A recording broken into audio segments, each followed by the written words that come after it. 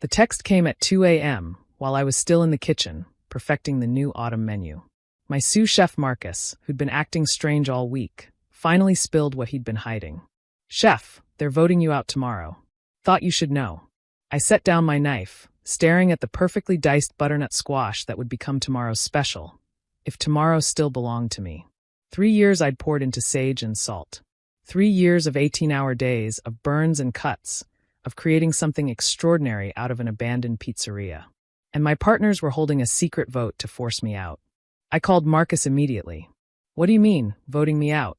His voice was hushed, probably calling from the bathroom of whatever bar the management team had dragged him to. "Derek, Sophia, and Blake. They've been planning it for weeks. They're offering to buy out your 25% stake for $50,000. I laughed, but it came out bitter. $50,000? The restaurant nets that in a good week. They say you're difficult to work with, that your creative vision is holding back profits. Derek's been showing everyone spreadsheets about how much money they'd save with a cheaper chef. Of course, Derek Mitchell, the numbers man who thought cuisine was just another spreadsheet column.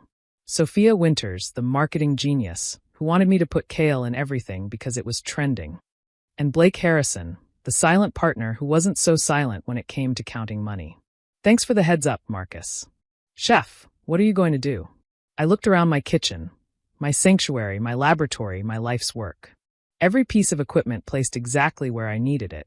Every recipe refined through hundreds of iterations. Every sauce, every technique, every perfectly balanced flavor profile that made sage and salt the most sought-after reservation in the city. "I'm going to finish this prep," I said calmly.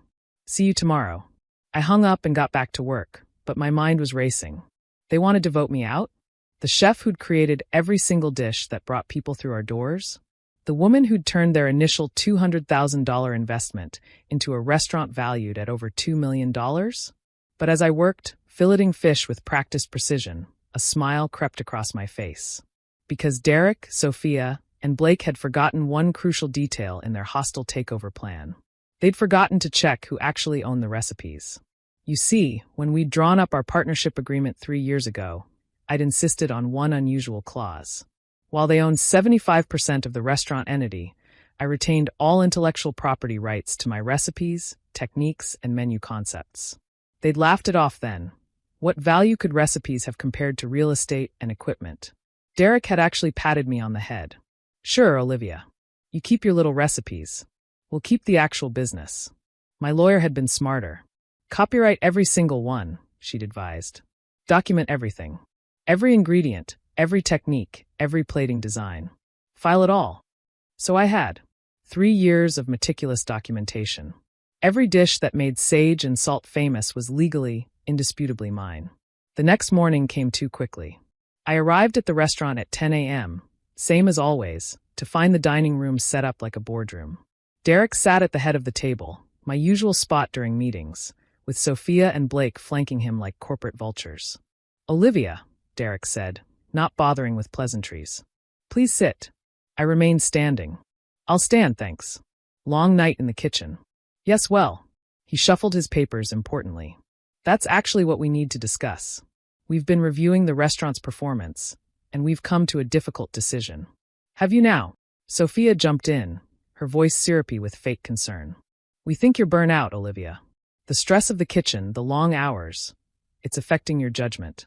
Your refusal to add more profitable items to the menu, your insistence on expensive ingredients."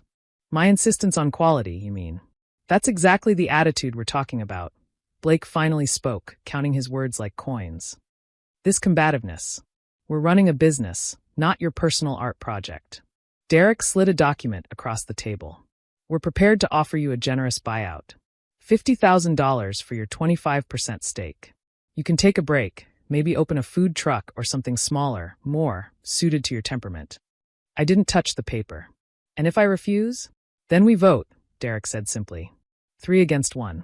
The operating agreement allows us to force a buyout at fair market value if 75% of partners agree. Fair market value, I repeated. $50,000 for a quarter of a restaurant that did $3.2 million in revenue last year. "The restaurant is in debt," Sophia lied smoothly. "Equipment loans, vendor payments, all of which are current, as I know from doing the actual ordering. I pulled out my phone. Should I call our suppliers to verify?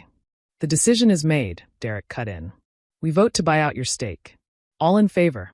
3 hands raised. Motion carries, Derek announced triumphantly. You have 48 hours to review the buyout agreement. We've already begun interviewing replacement chefs. Someone more collaborative.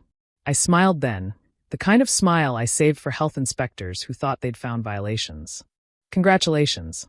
You now own 100% of Sage and Salt. I'm sure you'll do wonderfully with it. Don't be bitter, Olivia, Sophia chided. This is business. You're absolutely right, I agreed.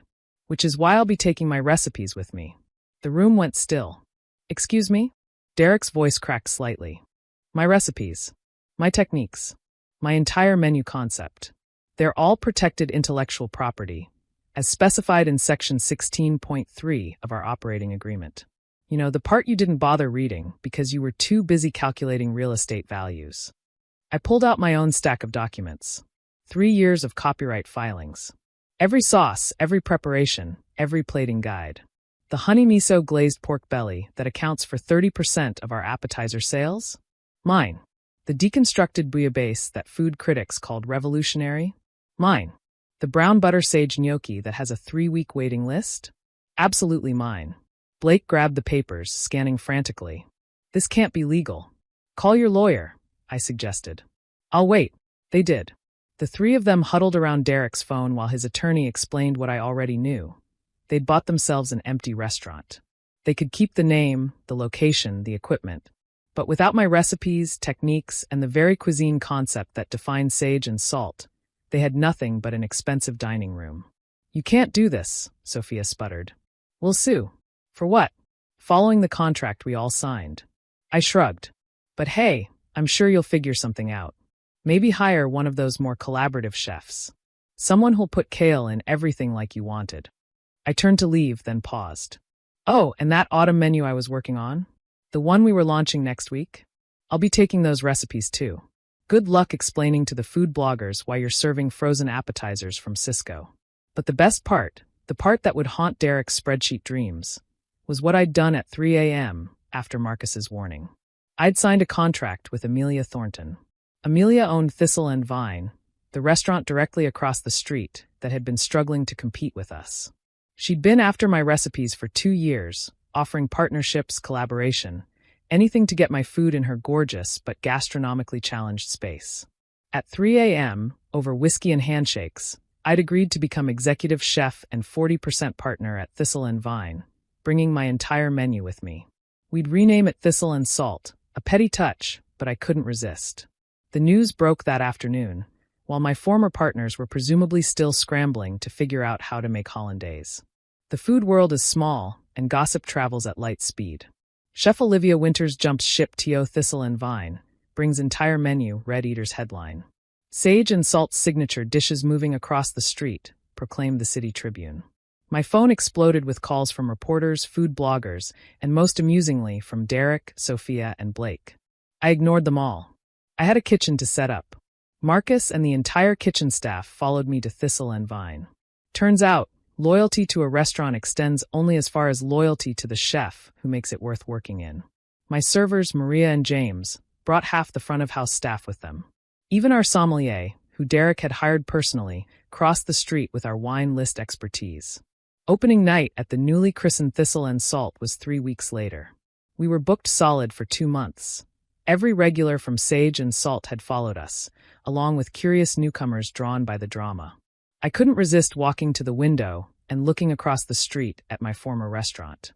Sage and Salt was dark, a hastily printed sign reading "Closed for renovations" taped to the door. Derek's BMW was parked outside, and through the windows, I could see him gesticulating wildly at someone. Probably the 5th chef they'd tried to hire that week. No decent chef in the city would touch Sage and Salt now. Not after word spread about how they'd treated me. Not when they'd have to compete with the very menu that made the restaurant famous, now being served 50 feet away. Chef! Marcus appeared at my elbow. The critic from the Times just arrived. Table 7. Send out the tasting menu, I instructed. Start with the pork belly. The same one from. Exactly the same. Let them write about that. The review came out a week later. The headline made me frame it. Thistle and salt serves justice as deliciously as its deconstructed bouillabaisse. The reviewer had done her homework, detailing the entire corporate coup story before diving into rapturous descriptions of dishes she'd missed terribly during Sage and Salt's unfortunate closure. She ended with, "One wonders what Mitchell, Winters, and Harrison thought they were buying when they forced out Chef Winters. A restaurant is more than real estate and equipment. It's the soul poured into every dish, and that soul has definitively moved across the street." Sage and Salt reopened 2 months later with a chef who specialized in comfort fusion cuisine, code for mac and cheese with truffle oil. They lasted 6 weeks before closing permanently. Derek sent me a letter through his lawyer, offering to sell me the space for reasonable terms. I declined.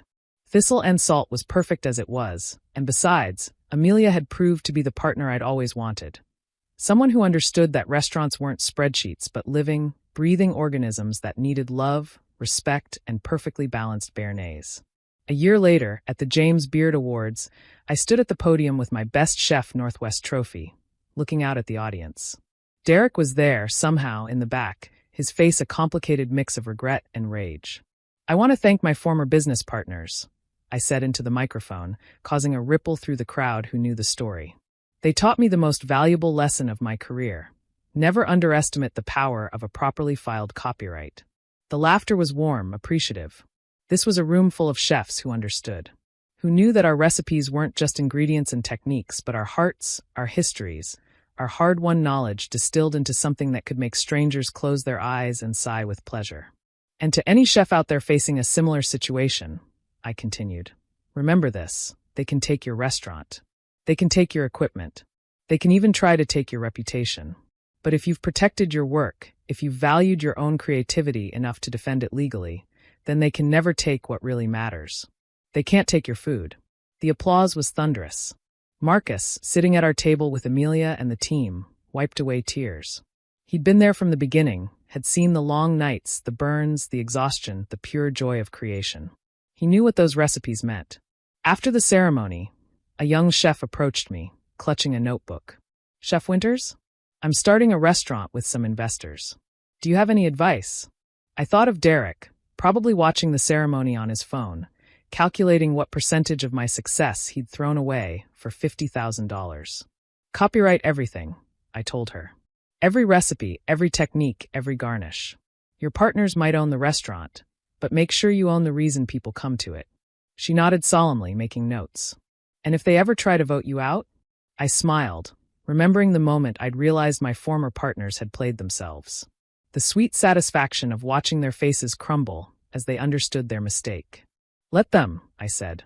"Then open across the street and serve them their own hubris with a side of perfectly clarified butter." She laughed, but I was serious. In this business, your recipes are your soul. And anyone who tries to separate a chef from their soul deserves exactly what they get: an empty kitchen and a dining room full of ghosts, while the real feast happens right across the street. These days, Thistle and Salt is booked 3 months out. We've opened a second location, published a cookbook, and started a culinary scholarship program. The old Sage and Salt building houses a mediocre sports bar that serves wings and nachos. Sometimes late at night after service, I stand at my station and think about that 2 a.m. text from Marcus. The moment everything changed. The partners thought they were so clever, voting out the temperamental chef, keeping the golden goose. They just forgot to check who owned the eggs. And that, as any chef will tell you, makes all the difference.